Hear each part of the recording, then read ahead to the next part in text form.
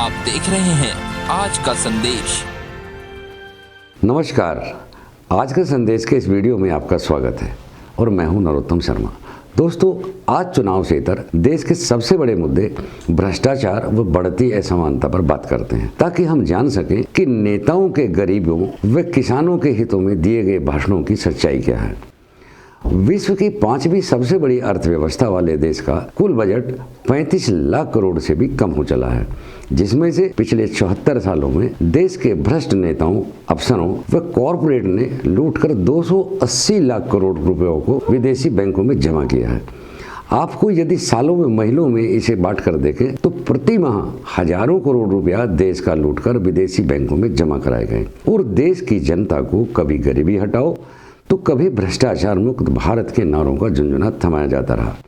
देश की भोली भाली जनता भी इस झुनझुने को बजाने के शोर में इन निकम्मे व भ्रष्ट नेताओं व अफसरशाही की असलियत को नहीं जान पाई। भ्रष्टाचार की अगर बात करें तो ये देश को अंग्रेजों की देन है, क्योंकि अंग्रेजों ने भारत के राजा महाराजाओं को भ्रष्ट करके देश को गुलाम बनाया था और इसके बाद उन्होंने योजनाबद्ध तरीके से भारत में भ्रष्टाचार को बढ़ावा दिया। अंग्रेजों ने देश को गुलाम बनाने के लिए भ्रष्टाचार को हथियार के रूप में इस्तेमाल किया और जाते जाते इसी हथियार को हमारे नेताओं को विरासत में सौंप कर चले गए। इसलिए ये भ्रष्टाचार आज भी देश में सबसे बड़ा मुद्दा बना हुआ है। आज़ादी के 10 वर्षों के बाद भी देश भ्रष्टाचार के दलदल में फंसता नजर आने लगा था। उस समय इस पर संसद में बहस के दौरान 21 दिसंबर 1963 में इसके खात्मे की बात उठी। डॉक्टर राम मनोहर लोहिया ने जो बातें उस समय बहस के दौरान संसद में कही वो आज भी कहीं प्रासंगिक हैं। उन्होंने कहा कि सिंहासन और व्यापार के बीच संबंध देश में जितना दूषित, भ्रष्ट और बेईमान हो गया है उतना दुनिया के इतिहास में कहीं नहीं हुआ। दोस्तों, आपको बताता चलूं कि भ्रष्टाचार देश की अर्थव्यवस्था और प्रत्येक व्यक्ति पर विपरीत प्रभाव डालता है, क्योंकि जब कोई भी लोक सेवक भ्रष्ट व अनुचित आचरण करके किसी के पक्ष में निर्णय लेता है तो वो भ्रष्टाचारी माना जाता है।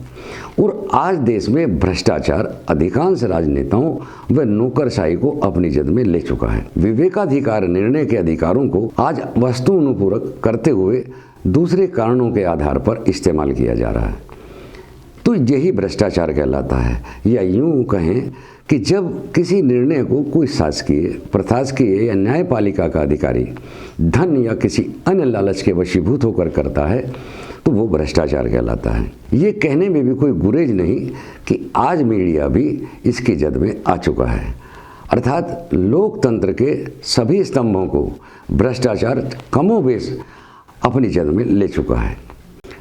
ट्रांसपेरेंसी इंटरनेशनल की रिपोर्ट के मुताबिक भारत में 62% से अधिक लोगों को सरकारी कार्यालयों में अपना काम कराने के लिए रिश्वत या ऊंचे दर्जे के प्रभाव का इस्तेमाल करना पड़ता है। आम आदमी की धारणा है कि सरकारी महकमों में पैसा दिए बगैर गाड़ी आगे नहीं बढ़ती।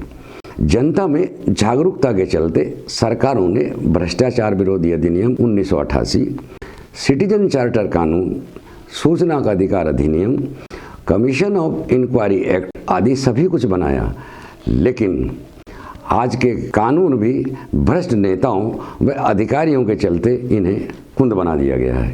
दोस्तों, भ्रष्टाचार में सरकार की गलत नीतियों के चलते आज गरीब व अमीर के बीच अंतर बढ़ता जा रहा है और इसी से समाज में वैमनस्य पैदा होता है। गरीब की ऊर्जा अमीर के साथ मिलकर देश के निर्माण में लगने की बजाय अमीरों के विरोध में लगती है। सही मायनों में भारत की प्रमुख समस्या भ्रष्टाचार व असमानता ही है। राजनीतिक पार्टियां येन केन सत्ता में बना रहना चाहती हैं। यही कारण है कि देश की सरकारें भ्रष्टाचार व असमानता को रोकने में असफल रही हैं। अमर उजाला में मंगलवार को छपी एक रिपोर्ट के हवाले से बताया गया कि देश के 10 बड़े अमीरों की दौलत इतनी है कि उससे 25 साल तक देश का हर बच्चा मुफ्त में शिक्षा ग्रहण कर सकता है। देश के 49 बड़े उद्योगपतियों के पास देश की 40% आबादी के बराबर दौलत है, या फिर यूं भी कह सकते हैं कि ये दौलत देश के बजट से 40% अधिक है।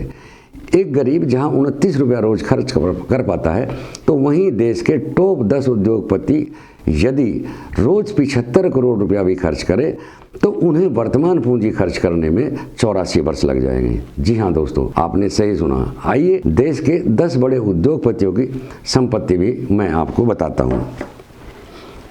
मुकेश अंबानी 6.89 लाख करोड़, गौतम अडानी 5.56 लाख करोड़, शिव नाडर 2.31 लाख करोड़, राधा कृष्णन दमानी 2.18 लाख करोड़, साइरस पूनावाला 1.42 लाख करोड़, लक्ष्मी मित्तल 1.40 लाख करोड़, सावित्री जिंदल 1.34 लाख करोड़, उदय कोटक 1.23 लाख करोड़, पोनाल जी मिस्त्री 1.08 लाख करोड़, कुमार बिड़ला 1.17 लाख करोड़।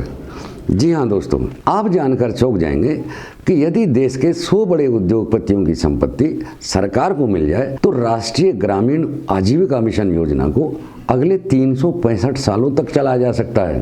तो आप अनुमान लगा सकते हैं कि देश में असमानता की दर की हालत क्या है और सरकार इन पूंजीपतियों को सौंप देना चाहती है। क्यों? सवाल तो है दोस्तों।